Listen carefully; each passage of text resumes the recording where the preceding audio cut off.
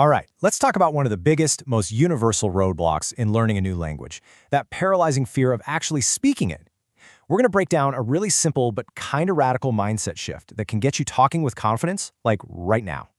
You've been there, right? You've got the flashcards down, you've done the lessons, but then a native speaker asks you a super simple question and nothing. Your mind just goes completely blank. You just freeze up. It happens to everyone, and man, is it frustrating. And while you're standing there frozen, this is the tornado of thoughts happening in your head. It's just a constant self-critique, right? You're so busy double-checking every single word, every tone, that the moment just slips away. And the easiest thing to do? Just say nothing at all. But what if that wasn't your only option? Well, it's not. There's a much better way.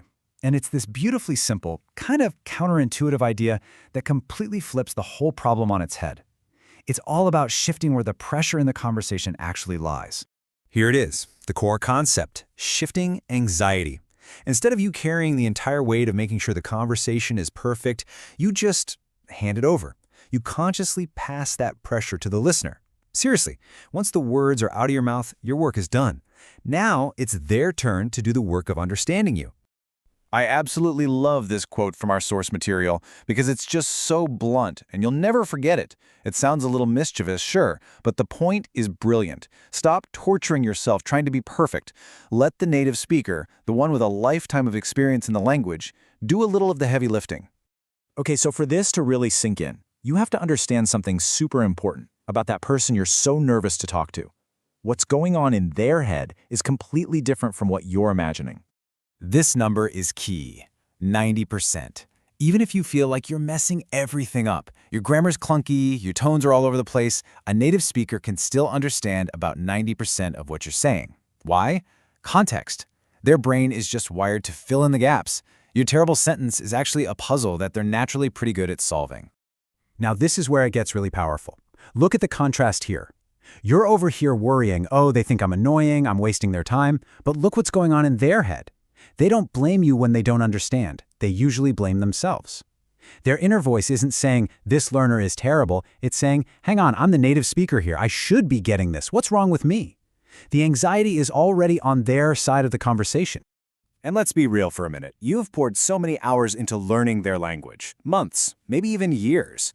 The person you're talking to, they were just born into it. So that effort you've put in has earned you the right to a little bit of patience, a little respect. It's not a favor you're asking for. It's a totally fair exchange. Now, I know this might sound like just a cool theory, but it works in the real world. Let's look at a story from Leo, the guy who came up with this whole mindset. His journey really shows how this can take you from totally silent to actually speaking. So for years, Leo studied English, but was just way too scared to actually use it. But then, 9 years ago, he moved to the US, and suddenly, being quiet just wasn't going to cut it. He had to speak. And that's when he fully leaned into this mindset. He realized, hey, I'm not a native speaker. Of course I'll make mistakes. And he just shifted that burden of understanding onto everyone else. And this led to a really practical change in how he talked. So instead of just freezing up when he couldn't remember the perfect word for something, He would just describe it, you know? He'd throw the puzzle pieces out there and just trust that the listener could figure it out. And they always did. They'd say, oh, you mean the socket? And just like that, boom, communication happened. No freezing, no fear, just a simple connection. And this quote from him just says it all. His English wasn't perfect. He'd be the first to tell you that. It didn't have to be. His mindset was the thing that was on point. He gave himself permission to be imperfect and just trusted other people to meet him halfway. That's the entire secret right there. So, this brings it all back to you. What's the big takeaway? How do you actually put this to work so you can finally start having those conversations you've been dreaming about? It really is this simple. Your only job is to start. Just open your mouth and let some words come out. Once they're out in the world, you've done your part. The pressure is officially off your shoulders and onto theirs. Let them handle the rest. So I'll just leave you with this question. Go ahead and think about that conversation you've been avoiding. Now that you know it's not your job to be perfect, what's the first thing you're going to say? Go find out.